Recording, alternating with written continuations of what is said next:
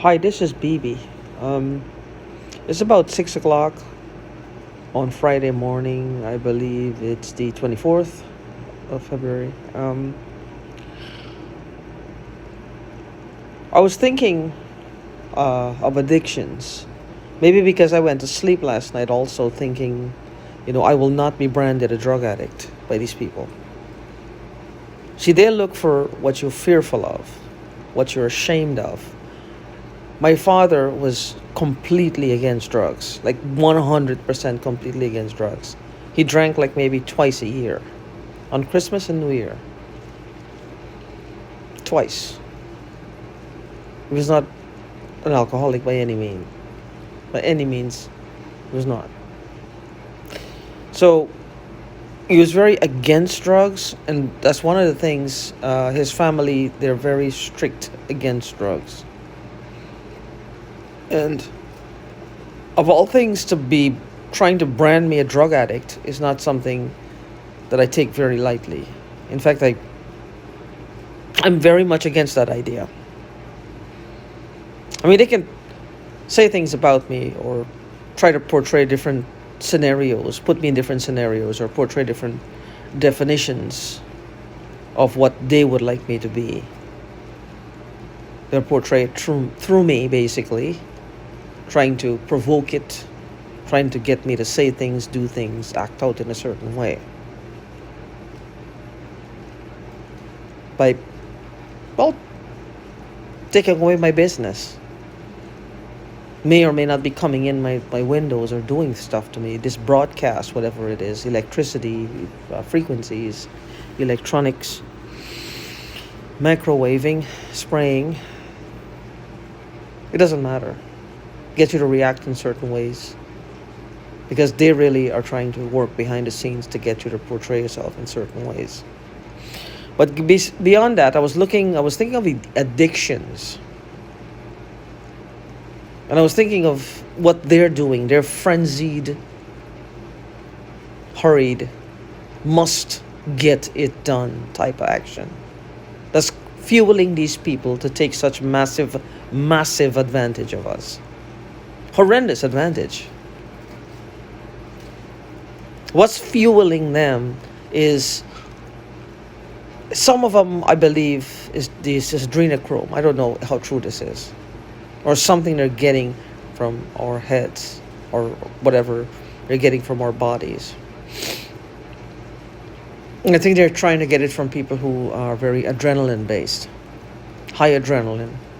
According to what it says on Google, it's like a high or drug-like effect, or makes you believe like you're, a secret member, a member of a secret group or a satanic group or something that's taboo, something that's that you feel a part of, that makes you feel, well, like you belong to something, or you're a part of something, so you feel special. You feel special. Some people have fueled their pains like that. That's another thing I'll get into. It's using your pains, feeding that ego in a positive way. I'll make a video about that. But in this case, it's addictions, like an addiction. What is an addiction? I used to have what is called a psychic addiction. I used to fall in love, and then I think that I was very shy. Always been overweight and very shy. So I would live the relationship through what is called a psychic addiction. Like I needed to know, like just talk about them. I needed to talk about them 24 hours a day, and I would pay these psychics all my money, basically, to actually talk about the person. Like I felt the person was right there with me, or I was connected to them through that psychic addiction. I wasn't. If I wanted to be connected to them, I would go out and talk with them. I would go out and say something. I would go out and make an effort to actually do the work. And I was aware of this, even when the connection, the psychic connection was happening. The psychic addiction, I should say, was happening. I used to think that this person is not here. They don't know what I'm doing. They don't know how much I need them or how much I love them or how much I wanted them. I wouldn't tell them that, but I would tell it to a psychic. They had no idea of knowing this. I was not doing what it took to get what I wanted. I was living my life in a box, basically, and spending all my money doing it. It was an addiction. It's the same thing with these people, I believe, what they're doing with this adrenochrome. Now, I don't know the group of people who are targeting me, if this is their particular drug of choice. I don't know what they're doing. But it has to be some sort of an addiction in here. This has been happening for too long for them not to be addicted to something or another. So with that in mind, it's like, what do you get when you think of their addiction? What do they get? What is an addiction? Addiction is a feeling of like it alters your reality, right? Because usually when you're addicted to something, like even coffee, what does coffee do? It's not the act of smelling the coffee and putting this liquid to your mouth, your lips. It alters your reality a little. I saw a coffee shop in San Francisco once. The name of it was the fog lifter. So it lifts the fog. It just gives you, for that brief moment, that bit of clarity. You feel almost like a sense of clarity, and you feel balanced in that moment. Because that shot of caffeine hits you, and you feel it. And that's something you wish you could take with you all day long. Now, if that's a healthy addiction or not, I don't know. But it's not something that's ultimately going to kill you. As with crack or cocaine or meth or whatever they call it. You know? Or even this adrenochrome. Because that's killing two people. It's killing you and it's killing the people you're trying to take it from. Because you're putting their life in danger. You have no right to do that. It's not like just taking something off the ground and, putting it in your own arm. Or you cook something on the stove and you snort it or you put it in your arm or whatever you do with it. You actually have to hurt somebody else to take it. That's a no-no. But the thing is, what is the addiction? What is the addiction? The addiction is the feeling of an altered reality.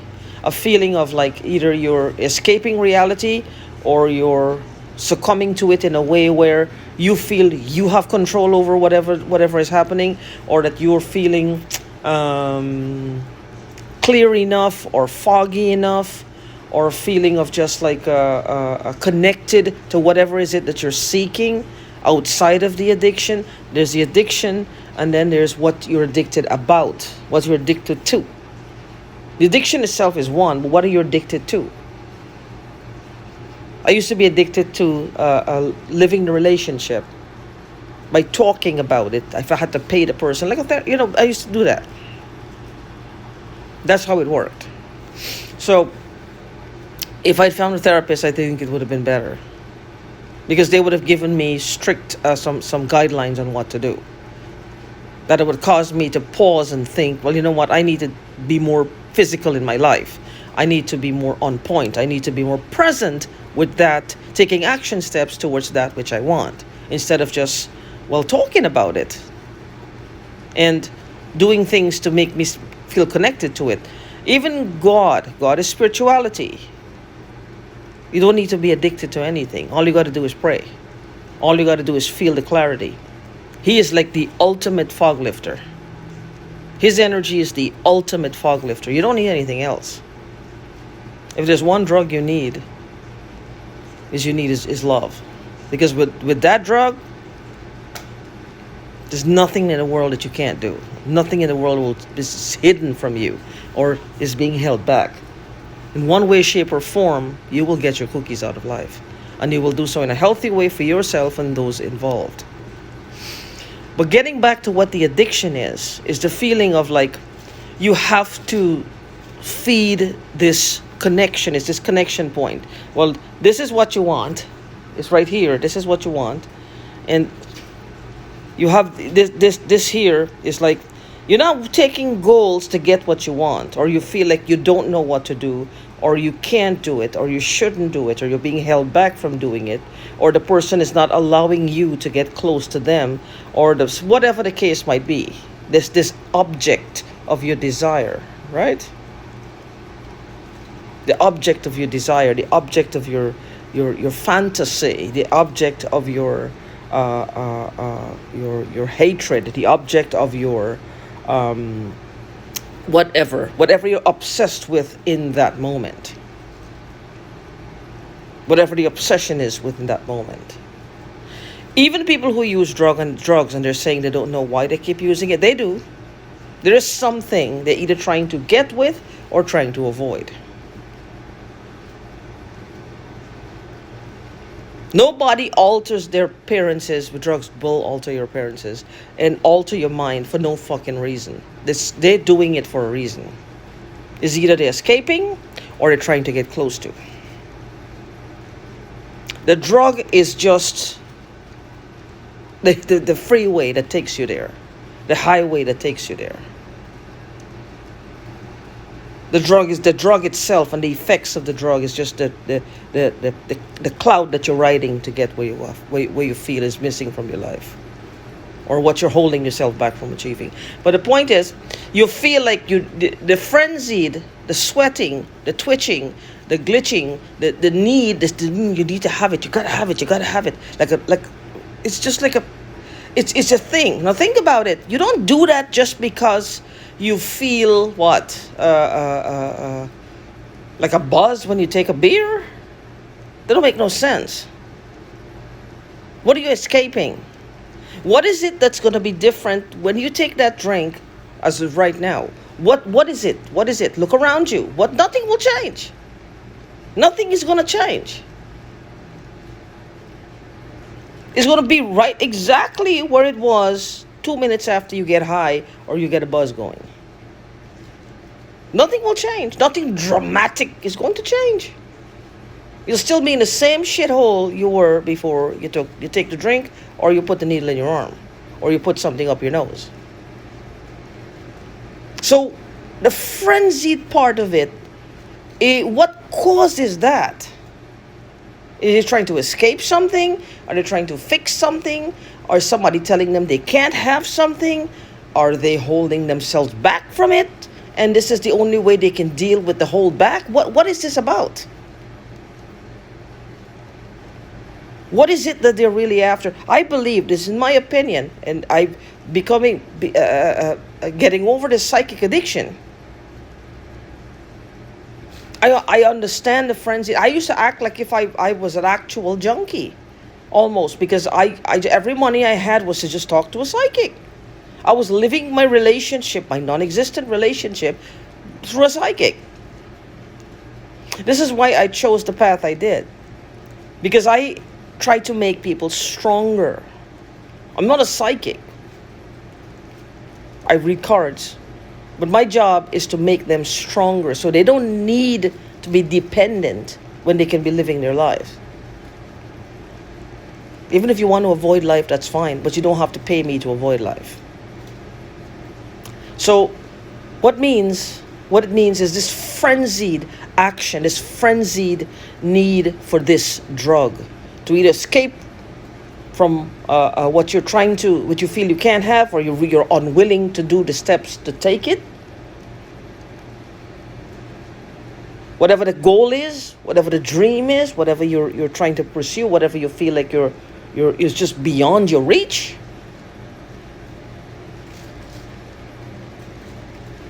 So, with that in mind, it's like the goal, the frenzied action. What the addiction is there all the time. This thing that you want. So what causes it to come to a head? It's anxiety. But what causes the anxiety? What causes the need where you got to have this connection right now, or there's a drug right now, or there's drink right now, or you need to talk to the psychic right now? What causes that, like in this moment? Is it anxiety? Is the anxiety of being separated from that which you want? That's going to be taken away from you. That's going to be gone. That's going to be moved on. You will lose access to it. You never really had access to it in the first place. This is why the addiction, you're using these drugs or alcoholism, or spending all your money on psychics. Means that there was a problem existing in the first place. Something which you're unwilling to take a handle on. either to let it go or to pursue it. You don't want to do that. Who needs that when you can, all this other stuff, this frenzied, stupid action? So that's how I see addiction. I mean, I can go into this from many, many different angles, and I love talking about this because it's like the more you break it down, is the more people can see what, well, one thing I can say will fit something that they're trying to avoid, and they'll hate me for it, but they'll understand what I mean because they don't want to deal with it. The addiction then becomes a thing. But look at me, I'm special, I have an addiction. Okay, so what? Is it healthy? Is it working for you? No, it's not. It's turning you into somebody you're ashamed to even look in the mirror to see. It's the shame that goes with it. Because they see in people's eyes how they look at them. I lost my apartment because of a psychic addiction. I got evicted. I couldn't function anymore because of a psychic addiction. Had nothing to do with the object of my desire. It had to do with me. I did that. I stopped working. She never said, well, you know what? Stop working and sit down and focus and be obsessed with me. She never did that. I took responsibility. I got better. So I'm just wondering what's these people? What's their problem? What are their issues? What are their hang-ups and holdbacks that's preventing them from just getting better so that they can leave us alone? What is it?